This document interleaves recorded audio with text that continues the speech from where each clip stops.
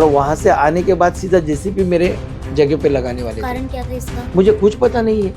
ये मेरा 7/12 है, ये मेरा 5 घंटे का 7/12 है। राजन नाइक को पूछा तो बोलता मैं सर्वे नंबर 6 पे आया था, मुझे ये जगह से कुछ ये नहीं है। मुझे नहीं तो फिर ये कौन तुम्हारे सामने कौन बोल रहा है इतना जो डेयरिंग कर रहा है कि 2 दिन में तुमको बदली करूंगा। मैं तो सुना वो ऐसा बोल रहे हैं कि आमदार को टिकट भी देने वाला वो उसके ही हाथ में था, मगर इसमें आमदार लोगों का नाम खराब हो रहा है। आप लोगों ने वो सब जो सच्चाई वो दिखा नहीं, वो झूठी वीडियो डाला, उसमें आवाज बंद करके डाला, सब डॉक्यूमेंट्स निकाले हैं। मेरे को जो करने का हो मैं करूंगा, मैं छोड़ूंगा नहीं। नमस्कार दोस्तों, मैं हूं शिवानी दुबे और आप देख रहे हैं mirror of truth. Vasai Virar नाला सुपारा में अब महानगर पालिका चुनाव नजदीक है। ताजा मामला नाला सुपारा के सामने आया है, जहां पर जो 450 बेड का सरकारी अस्पताल आने वाला है, वहां पर भारतीय जनता पार्टी के कार्यकर्ताओं और साथ ही साथ बहुजन विकास आघाड़ी से पूर्व महापौर रह सके रुपेश जाधव के बीच झड़प देखने मिली है। आखिर क्या कुछ पूरा विषय है, बातचीत करेंगे सीधे रुपेश जाधव जी से और जानेंगे। सबसे पहले नमस्कार, क्या कुछ कहेंगे, क्या हुआ कल और ये पूरा विषय क्या था? कल मैं जब घर पे खाना खा रहा था, मुझे फोन आया कि बहू आप जल्दी दौड़ के आओ। बोल क्या हो गया? बोलते अपने प्लॉट पे जेसीपी आया है, 10-12 अधिकारी आए हैं और बीजेपी के आमदार और 20-25 लोग आए हैं। उस समय बाइक पे डायरेक्ट गया, मैं किसको साथ नहीं गया उधर। वहां पे देखने के बाद मैं उनको बोला कि आप क्यों आए इधर जगह पे, क्या हो गया? तो वहां से तुरंत अशोक शेलके, बीजेपी का एक जो खुद को क्या समझता मालूम नहीं, वो आके मोटे साहब को जोर जोर से बोल रहा है कि मोटे साहब ये 2 दिन में कंपाउंड तोड़ो, नहीं तो मैं इधर से तुम्हारा बदली करूंगा। तो मैं बोला मोटे साहब ये कौन है कि आपको 2 दिन में बदली करने वाला है? राजन नाइक साहब को बोला कि क्या है। फिर मेरे जो मसला मालूम पड़ा कि जो हॉस्पिटल की जगह है वहां पे राजन नाइक और ये 20-25 जन लोग गए थे उधर, और वहां से आने के बाद सीधा जेसीपी मेरे जगह पे लगाने वाले थे। कारण क्या था इसका? मुझे कुछ पता नहीं है। ये मेरा 7/12 है, ये मेरा 5 घंटे का 7/12 है, और 7 घंटे का भानुशाली जो बीजेपी में अभी हमारे नगर से अभी बीजेपी में गए, उनका 7/12, उनका बिल्डिंग का काम अभी चालू हो रहा है वहाँ पे, उसने इसीलिए। मेरा 5 घंटा जगह है, वो ISS हॉस्पिटल का है, तो उसका दीवार भी वो जगह में है, पहला ही ये किया है। तो मैं उनको पूछा कि क्या है ये, मेरा डॉक्यूमेंट्स है और इधर क्यों है? तो सब बोले हम, मोटे साहब बोला कि मैं नहीं, हम लोग नहीं है, ये इन लोगों ने इधर लाया है। किन लोगों ने? ये बीजेपी ने, इन लोगों ने। अच्छा। राजन नाइक को पूछा तो बोलता मैं सर्वे नंबर 6 पे आया था, मुझे ये जगह से कुछ ये नहीं है। तो मुझे नहीं तो फिर ये कौन तुम्हारे सामने कौन बोल रहा है इतना? ये ऐसा हमारा बहस होगी। इन सब के बीच सवाल ये कि आपके जमीन का इसमें क्या रोल है, क्योंकि जो हॉस्पिटल के लिए जमीन है उसका सर्वे नंबर 6 है, तो क्या सर्वे नंबर 6 में वो आपकी 6 जमीन में है? है, ये 2 में है, उसमें बाजू में दूसरे काम, इसका काम चालू है। मेरे को समझ में नहीं आया कि क्या हो गया। सर्वे नंबर बाजू, ये षड्यंत्र है। इन लोगों को कुछ तो एक जैसे रील बनाया, मतलब जब अभियान था हो गया इनका, किसने उसने ये किया, उसको बड़े पद मिले। क्षितिज दादा के सामने उन्होंने ये किया, उनको युवा पद मिला। अभी इनको कुछ अलग कुछ बनाने का होगा, इसके लिए स्टर्नबाजी के, मगर इसमें आमदार लोगों का नाम खराब हो रहा है। आप लोगों ने वो सब जो सच्चाई वो दिखा नहीं, वो झूठी वीडियो डाला, उसमें आवाज बंद करके डाला। जो सच्चाई, अभी अगर उधर सर्वे चालू होता था और मैं तो अधिकारी ने मेरे ऊपर गुना दाखिल करना मांगता है, उन्होंने गुना दाखिल करना मांगता है। बहुत से पत्रकार ने उनको पूछा, वो बोला रुपेश यादव हमको एक लफ्ज भी नहीं बोला, ये बल्कि इन्होंने हमको गाली गोच किया, मेरे को बदली करने का ये किया। सही में सर्वे चल रहा था क्या? कुछ आप पूछो ना, आप अधिकारी, और सर्वे करने के लिए बीजेपी सर्वे करेंगे क्या? यहाँ की सत्ताधारी पार्टी है। हाँ, ये तो हो सकता है। अभी गवर्नमेंट नहीं सर्वे कर रहा, अभी ये सर्वे कर रहे। वहां पे कोई सर्वे कुछ नहीं चला, उन्होंने स्टर्नबाजी की। जब उनका सब पित्तल उगड़ा हो गया उनका, मतलब आया सबके सामने, तभी उन्होंने वो अलग दिखाया कि हॉस्पिटल का मुद्दा था, हॉस्पिटल को विरोध करने। अरे हॉस्पिटल को तुमको मालूम है क्या किधर जगह है?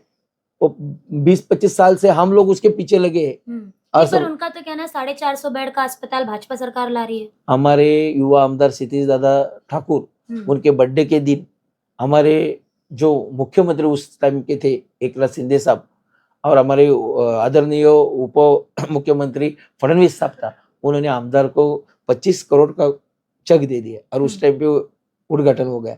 वहाँ पे भी बहुत राजनीति में गई, मगर हम लोगों ने वो नहीं देखा। वहाँ पे हॉस्पिटल की जरूरत है और वो होना मांगता है, वो हमारी मांग थी ना। पर अभी यही तो कहा जा रहा है कि आप ही हॉस्पिटल बनने में रुकावट पैदा कर रहे हैं। कल जाके आपने वहां पर हाथापाई कर ली। तो वही तो मैं बता रहा हूँ ना, उसका आप ये निकालो ना, अधिकारी को पूछो ना कि उधर सर्वे था क्या कल। और सर्वे था, और सर्वे अगर मैं बंद करता हूँ तो उन्होंने गुनाह दाखिल करना मांगता है मेरे ऊपर। ये स्टनबाजी है इसको मैडम, शिवानी मैडम। ये लोग डेली के रील बनाते, हम लोगों ने रील बनाई, इसके लिए वीडियो नहीं निकाला। इन्होंने वीडियो डालो ना। अगर मेरे जगह पे आए, आपके घर पे कोई आएगा तो आप छोड़ेंगे? मैं उधर भड़का, मैं 2 शब्द बोला उन लोग को, वो अधिकारी को बोला, उसको भी ये किया। अगर मैं भले कोई भी पद पे होगा, किसके घर पे आएगी तो कोई नहीं ये करेगा। मैं आप 25 साल राजनीति में, बड़े बड़े पद पे, मेरे मुंह से कभी गलत नहीं निकला। अगर मैं इतना ये हो गया तो कुछ तो गलती होगी। ये अभी देखो ना, ये मुद्दा कौन सा है और लोगों को दिखा रहे हैं क्या? ये स्टनबाजी है। वहाँ पर मनपा अधिकारी अजीत मुठे जी मौजूद थे, जिनके ऊपर सीधा भाजपा के कार्यकर्ता ने ये बोला कि हम आपको यहाँ पर अतिक्रमण हटाया जाए तो 2 दिन के अंदर आपकी नौकरी से आपको निकाल देंगे। तो सवाल ये कि पहली बात तो क्या वहाँ पर अतिक्रमण था, और दूसरी बात ये कि भाजपा के इस तरीके के बर्ताव के बाद अजीत मुठे जी का वहाँ पर क्या कुछ रिएक्शन रहा? क्योंकि अजीत मुठे वो हैं जो भूमाफियाओं से मार खाते नजर आते हैं। ऐसे में क्या उन्होंने भाजपा के जो लोग हैं उनके ऊपर कुछ तरीके का एक्शन लिया है, कुछ कहते नजर आए वो? अरे बाबा, उसकी इतना सत्ता है, इतना जो डेयरिंग करा कि 2 दिन में तुमको बदली करूंगा। मैं तो सुना वो ऐसा बोल रहे हैं कि आमदार को टिकट भी देने वाला वो उसके ही हाथ में था, अशोक शेलके। हाँ, तो कौन इतना बड़ा है कि वो टिकट दे सकता है? वो मेरे ख्याल से फिर अगर वो इतना बड़ा है तो इसको 2 दिन में बदली करता होगा। इसके लिए आदि वो मुठे साहब ने डायरेक्ट, जितने भी पत्रकार उन्होंने फोन किया, उन्होंने बताया उनको क्या हमें वहां पे बहुजन के जो महापौर थे, कार्यकर्ता, कोई नहीं बोला। ये जो सेलके है, इसने मेरे को 2 बार वैसा किया है मेरे ऊपर। कुल मिलाकर दोस्तों, जब आम आदमी सरकारी अधिकारी से सवाल करता है तो सीधा सरकारी काम में बाधा डालने के तहत मामला दर्ज कर दिया जाता है। लेकिन यहाँ पर बात कुछ और है, क्योंकि यहाँ पर भारतीय जनता पार्टी का कार्यकर्ता था जो कि लगातार उनसे अभद्र भाषा का प्रयोग कर रहा था, लेकिन महानगर पालिका के अधिकारियों के अंदर इतनी ताकत नहीं है कि वो उसका विरोध कर पाए। अब सबसे बड़ा सवाल ये है कि सर्वे नंबर 6 जो कि सरकारी अस्पताल के लिए है, सर्वे नंबर 2 जो कि आपकी व्यक्तिगत जमीन है 7/12 आपके नाम है। अब इन सब के बीच जिस तरीके से सारी घटना घटी, उसके बाद आप उस भाजपा के जो कार्यकर्ता है उस पर क्या कुछ एक्शन लेते नजर आएंगे, और आपकी आगे की रणनीति क्या होगी? मेरा है कि मैं सब डॉक्यूमेंट्स निकाले हैं, मेरे को जो करने का हो मैं करूंगा, मैं छोड़ूंगा नहीं, बराबर है। मगर वो कौन इतना बड़ा आदमी है कि उसको मैं इतना बड़ा करूं? सरकारी कर्मचारी को नौकरी पे से निकालने वाला आदमी, आमदार का टिकट देने वाला आदमी, और आप कह रहे हैं बड़ा नहीं है? वो दिखाता होगा कि उनको सबको ये दिखाता होगा। हमारे सामने देखो, हम सर्वसामान्य से राजनीति में आए हैं, हम सबका रिस्पेक्ट करते हैं। मगर एक है, जब मेरे घर पे किसको मेरे घुसा तो मैं किसको पहले ही बोला मैं छोड़ूंगा नहीं। मैं उधर क्या रिएक्शन था मैं मेरा दिखाया। और एक है, मैं सब कायदेशीर जो प्रोसीजर करने वाला हूँ वो आपको मालूम पड़ेगी मैं क्या कर रहा हूँ, वो मैं बाद में दिखाऊंगा।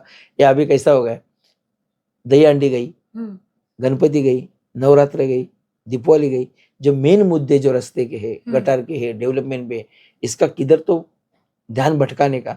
और कुछ बड़ा स्टंट करेगा तो बड़ा कुछ मेरे को पद मिलेगा। मनपा चुनाव नजदीक है। हाँ, उसका वो स्टंटबाजी होगी उनकी। इसके लिए उन्होंने ये किया है, अगर सच्चाई होगी तो अच्छे ढंग से करो ना। मैं तो बोलता हूँ हॉस्पिटल का मुद्दा है, हमको सब मालूम है कहाँ पे जगह है, किधर है, कहाँ पे अपने वो हॉस्पिटल का जगह 90 गुंठा है। आप आके मिलो, सब एक साथ काम करो। हमारे आमदार साहब के पास सब प्लान है, वो हॉस्पिटल ही बन रहे हैं ना, अच्छा काम है ना, तो उसके लिए सबको मिलके वो करना मांगते हैं। तुमको कुछ पता नहीं, कुछ नहीं है, वो जगह पे जाते हैं, किधर वो ढूंढ रहे। वो तो 16 एकड़ की लैंड है, 16 एकड़ पूरी हैंडओवर नहीं होगी, सिर्फ 90 गुंठा ही हैंडओवर। मेरे पास पूरा डॉक्यूमेंट्स मैडम, सब हर चीज का मेरे पास डॉक्यूमेंट्स है। गुलचरण, बाद में महाराष्ट्र शासन, बाद में कोर्ट के नाम पे, बाद में नगर पालिका के नाम पे हस्तांतरण, सब पेपर है, किधर जगह है, क्या है, वो मुझे सब पता है। ये जानबूझ के मुद्दा भटक रहा है। मुझे एक है, दोनों भी आमदार को रिक्वेस्ट है कि आपकी छवि अच्छी है, ये ऐसे कार्यकर्ता आपकी छवि बिगाड़ रहे हैं। वैसे तालुके में सब अपने एक साथ, भले कोई भी पक्ष का लोग ने, सुख दुख में सब एक साथ खड़े रहते। ये ऐसे लोगों के लिए आपका नाम खराब होगा। बहुजन विकास आघाड़ी को ये कहा जाता है कि जब परिवर्तन आया तब गुंडा राज खत्म हुआ और राम राज शुरू हो गया। ऐसे में इस गुंडे राज पर आप क्या कुछ कहेंगे? क्योंकि लगातार आप लोगों पर ये आरोप लगते हैं कि आप लोग के चलते गुंडा राज चरम सीमा पर था, ऐसे में अब परिवर्तन को चुना गया। तो इन विषयों पर क्या कहेंगे? क्योंकि कल भी जो कुछ हुआ उसमें भी यही कहा जा रहा है कि गुंडा राज खत्म हुआ, गुंडा राज सामने आया। ये सारी चीजें जो हैं, आपकी जो वीडियो वायरल हो रही है वो भी पूर्ण तरीके से म्यूट है, उसमें क्या कुछ बातचीत हो रही है वो कुछ दिखाई नहीं दे रहा है। तो इसमें क्या कहेंगे कि सही में ये सारी चीजें किस तरीके की हैं और क्या कुछ आगे होने वाला है? मेरे ख्याल से शिवानी जी, आप 15-20 साल से इधर रहती है, मेरे ख्याल से ज्यादा होता होगा, आप बचपन से रहते होंगे। यहाँ पे गुंडाराज रहते थे तो आपको पता चलता था। इन लोगों ने वही दिखा दिखा के इलेक्शन आया क्या गुंडाराज, इलेक्शन आया क्या गुंडाराज, ये दिखा के लोगों को गुमराह। अभी जो नए लोग आए उनको बेचारे को पता नहीं है क्या है, जो असल में लोगों को अभी मालूम होना मांगता है। पहला लोगों को लगा कि बहुत कुछ होगा, इधर परिवर्तन होना मांगता, अभी परिवर्तन अपने को 1-1.5 साल में दिखा क्या है। तो हमारी दहशत थी, मगर वो दहशत किसके लिए, जिसने भी गुंडाराज इधर किया तालुके में तो उनको हम सबक सिखाते थे।